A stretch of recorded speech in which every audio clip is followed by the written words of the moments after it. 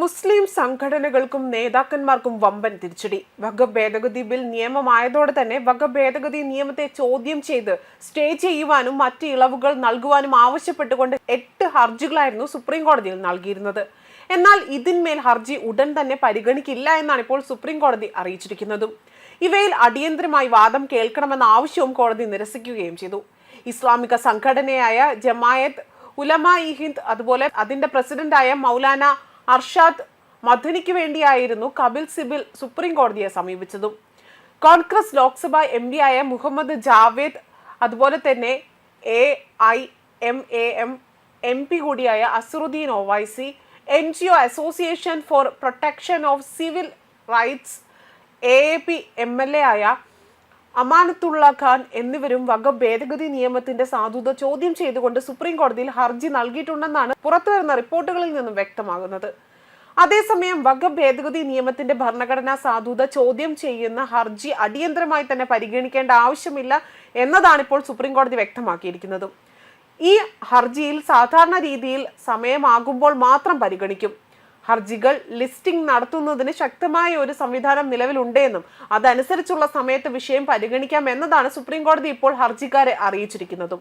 വഖഫ് ഭേദഗതി നിയമവുമായി ബന്ധപ്പെട്ട് വിവിധ ഹർജിക്കാർക്കു വേണ്ടി ഹാജരായ മുതിർന്ന അഭിഭാഷകരും കോൺഗ്രസ് നേതാക്കളുമായ കപിൽ സിബൽ അതുപോലെ തന്നെ അഭിഷേക് മനു സിംഗ്വി തുടങ്ങിയവരായിരുന്നു ഹർജിയിൽ അടിയന്തരവാദം കേൾക്കൽ വേണമെന്നുകൊണ്ട് ആവശ്യപ്പെട്ട് സുപ്രീം കോടതിയെ സമീപിച്ചതും. എന്നാൽ ഈ ആവശ്യം ചീഫ് ജസ്റ്റിസ് സഞ്ജീവ് ഖന്ന നിരസിക്കുകയാണ് ചെയ്തിരിക്കുന്നതും. ഇതോടുകൂടി തന്നെ മുസ്ലിം സംഘടനകളുടെ ചീട്ടുകീറി എന്നതാണ് മറ്റൊരു വസ്തുത.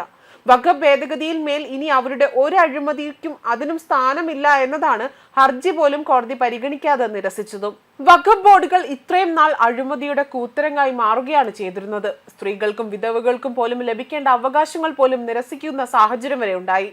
എന്നാൽ ബില്ല് നിയമമായതോടെ തന്നെ അതിനെല്ലാമുള്ള ഒരു പരിഹാരമാണ് ഇപ്പോൾ ഉണ്ടായിരിക്കുന്നത്. അതേസമയം ബില്ലിനെ പിന്തുണച്ചുകൊണ്ട് ഓൾ ഇന്ത്യ മുസ്ലിം വനിതാ സംഘടന അടക്കം രംഗത്ത് വന്നിരുന്നു. മോദി സർക്കാർ ചെയ്ത പ്രവർത്തികൾ മുൻ സർക്കാരുകളും മതമേലധ്യക്ഷന്മാരും ചെയ്യേണ്ടതായിരുന്നുവെന്ന് ലക്നൌവിലെ ബോർഡ് ചെയർപേഴ്സണായ ഷൈസ്ത അംബർ പറഞ്ഞു. വഖഫിലേക്ക് സംഭാവന ചെയ്യുന്ന ആളുകൾ പണമോ സ്ഥലമോ പാവപ്പെട്ടവർക്കായി ഉപയോഗിക്കണമെന്ന് ആഗ്രഹിക്കുന്നുണ്ട്. പക്ഷെ അത് നടക്കുന്നില്ല എന്നും എല്ലാ വഖഫ് സ്വത്തുകളും ദുരുപയോഗം ചെയ്യപ്പെട്ടിട്ടില്ല എന്നും എന്നാൽ വഖഫ് ബോർഡ് അതിന്റെ ജോലി സത്യസന്ധമായി ചെയ്യുന്നില്ല.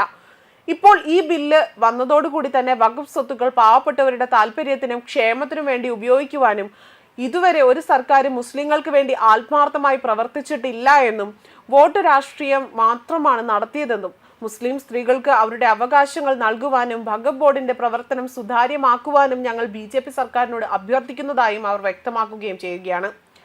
അനധികൃതമായി കൈവശം വെച്ചിരിക്കുന്ന വഖഫ് ഭൂമി സർക്കാർ ഏറ്റെടുക്കണമെന്നും അന്വേഷണം നടത്തി കുറ്റക്കാർക്കെതിരെ നടപടിയെടുക്കണമെന്നതുമാണ് അവരുടെ ആവശ്യം.